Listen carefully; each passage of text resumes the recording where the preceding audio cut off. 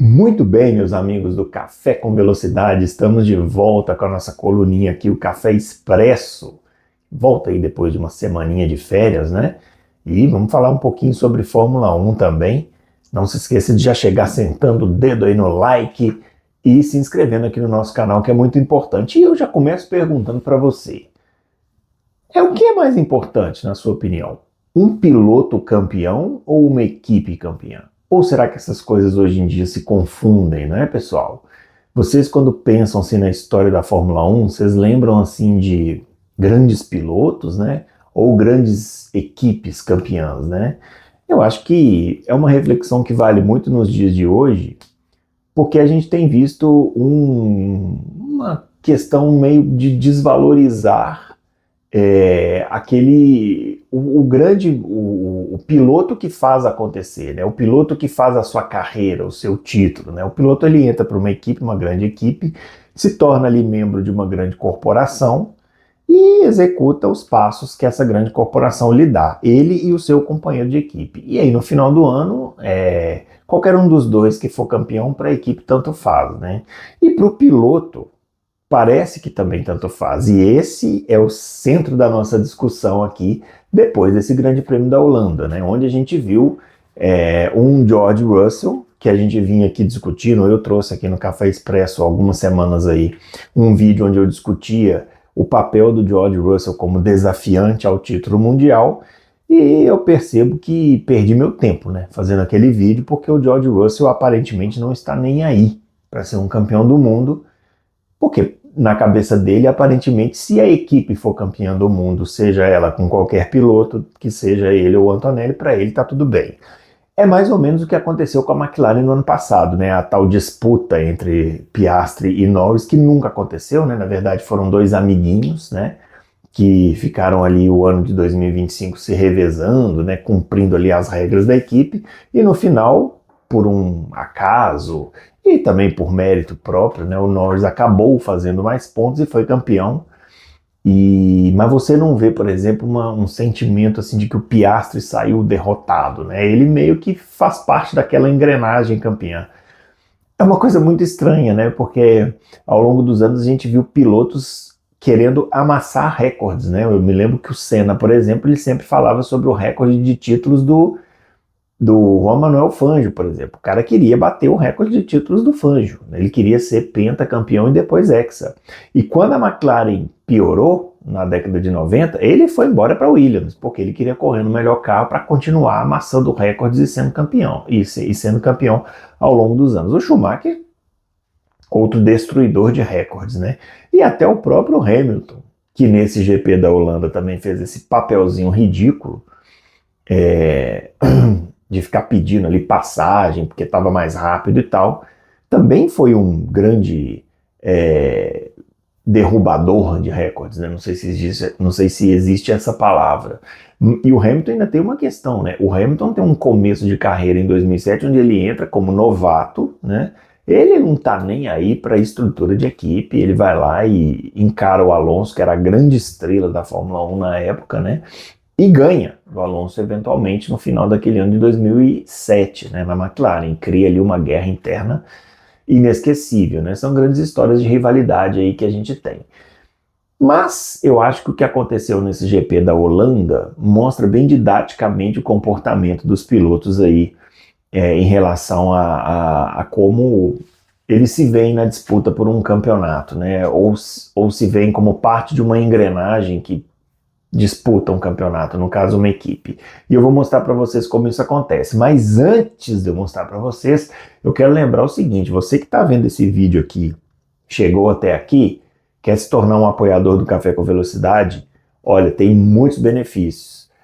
O Café com Velocidade tem um plano para apoiadores que é fantástico. Você entra no nosso grupo de WhatsApp, pode bater papo comigo, com o Fábio, com o Carlão. Tem sorteios exclusivos para quem é apoiador. Tem uma live exclusiva para quem é apoiador, que é nas terças-feiras, depois de GPs de Fórmula 1, Café Sprint, né? Tem sorteios de ingressos para o GP do Brasil, tem muita coisa legal. Então, se você ainda não é apoiador do Café com Velocidade, apoie aqui o nosso projeto.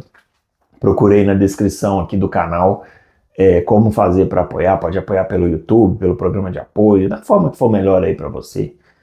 Ajuda bastante a gente aqui e traz muitos benefícios aí para vocês. Agora vamos analisar um pouquinho como foi essa participação do George Russell no GP da Holanda, né? Nas últimas voltas. Ele estava à frente do Antonelli, com pneus já mais usados. O Antonelli tinha parado no box, estava logo atrás dele, uma distância de 2, 3 segundos, né? E aí o Russell vai ao rádio e pergunta e sugere para a equipe que eles deveriam então correr como equipe, né?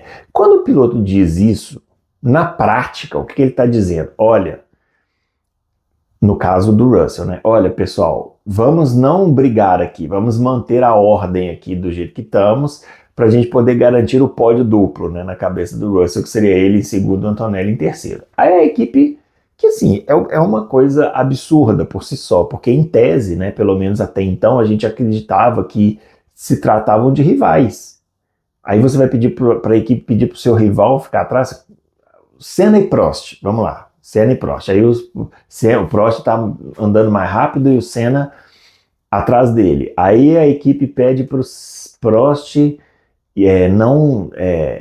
o Prost pede à equipe para que o Senna não o ultrapasse. Vocês conseguem imaginar uma situação dessa? Não, né? Porque nós estamos falando lá dos anos 80, né? Onde os pilotos é que brigavam pelas suas próprias carreiras. A equipe era o meio que fazia isso acontecer, né? Mas a equipe responde ali pro Russell uma resposta assim um tanto quanto evasiva, né? Ah, ok, vamos ver aqui e tal.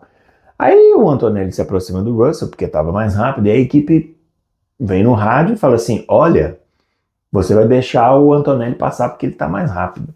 E aí vem uma pergunta que eu acho chave para toda essa discussão, que é quando o Russell vira e fala para a equipe assim, mas ele tem chance de ganhar a corrida?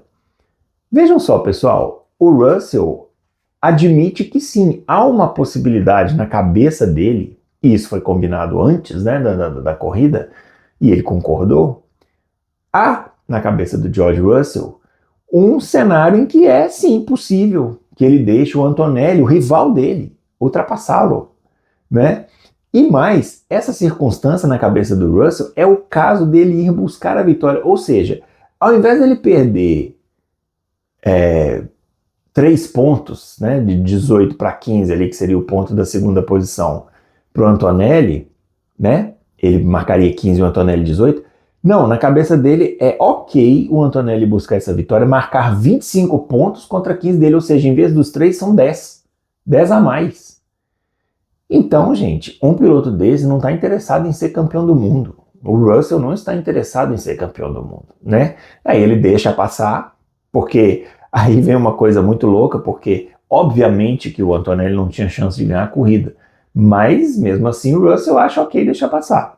Deixou passar, né? O Norris estava muito na frente com pneus em boas condições e o Russell tem acrescidos a já gritante diferença entre ele e Antonelli nesse ano de 2026, mais 3 pontinhos na bagagem.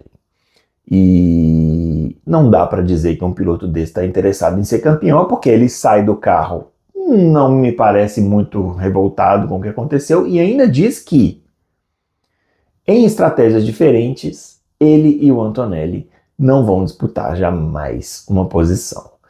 Então, para mim, isso é a falência moral do esporte dentro da Fórmula 1, né? Porque basicamente os pilotos de equipes hoje, dentro da mesma equipe, não são rivais. A gente viu isso acontecer com Hamilton, a gente viu isso acontecer dentro da Racing Bulls, em posições intermediárias. A Red Bull não precisa nem mencionar, né? Porque quando o Verstappen aparece atrás do Hadjar, o Hadjar tem que estacionar o carro para o Verstappen passar, né? E é assim, né? E é assim onde está a rivalidade, né? A rivalidade só entre pilotos de equipes diferentes, que é muito difícil, porque é um campeonato de construtores também, então há uma diferença entre os carros, né? Aquela primeira rivalidade, que é entre você e seu companheiro, quando você tem 2 carros iguais, e aí o que ganhar é porque foi efetivamente mais rápido, essa rivalidade não existe mais, porque as equipes implementaram na cabeça dos seus pilotos uma mentalidade de a campeã é a equipe. Então nós temos que trabalhar para que este time seja campeão, esta organização aqui, esses funcionários sejam campeões, né? E não dar as condições para que os pilotos disputem esse título, que é o certo de se fazer, né? E aí, via de consequência, a equipe seria campeã também. Então, é uma discussão muito longa, né? Muito complexa, mas eu tenho sentido, pelos comentários no nosso vídeo aqui de segunda-feira, que há uma certa insatisfação das pessoas com essa falta de competição na Fórmula 1, né? Você liga em outras categorias, na Indy, por exemplo, companheiro de equipe bate e roda. Eu não estou dizendo que tem que chegar nesse ponto, né? Porque na Indy são patrocinadores diferentes, mas por que não pode disputar você e o seu companheiro de equipe? Qual é a lógica disso? Qual é a lógica do Russell dizer que em estratégias diferentes não se disputa, sendo que eles estavam no final da corrida? Você faz toda uma estratégia para chegar no final da corrida em condições de vencer aquela prova. Não tem mais estratégia no final de corrida, é como o jogo de futebol. No final do jogo é bola pro mato, que é campeonato, né? Pelo menos eu cresci aprendendo dessa forma. Então é isso, pessoal. Esse aqui é um vídeo de uma análise crítica sobre a situação atual da Fórmula 1. Eu sei que vocês gostam muito que eu conto histórias aí. Semana que vem tem uma historinha aí sobre o GP da Itália já engatilhada, né? Mas hoje eu queria fazer essa reflexão aqui para você, trazer essa reflexão aqui para vocês pensarem um pouquinho. Tá legal a Fórmula 1 desse jeito, né? Assim, será que não era o caso da gente ter uma carga maior de crítica, tanto da torcida quanto da imprensa, sobre essa passividade aparente dos pilotos, né? Aparente e prática, né? Porque eles fazem isso na prática. Enfim, eu gosto de assistir corrida, gosto de assistir ultrapassagens, freadas, forçadas, defesas de posição, é o que eu gosto de assistir. A Fórmula 1 tem proporcionado isso muito pouco, porque uma grande parte da rivalidade entre pilotos é aniquilada porque eles são da mesma equipe e pilotos da mesma equipe não podem ser rivais. E isso é muito preocupante e muito triste também, não é isso? Pessoal, esse foi o Café Expresso dessa semana, espero que vocês tenham gostado. Eu volto na próxima semana com uma historinha saborosa sobre Fórmula 1 para vocês aqui no Café Expresso. Um grande abraço para todo mundo e até o próximo vídeo. Valeu!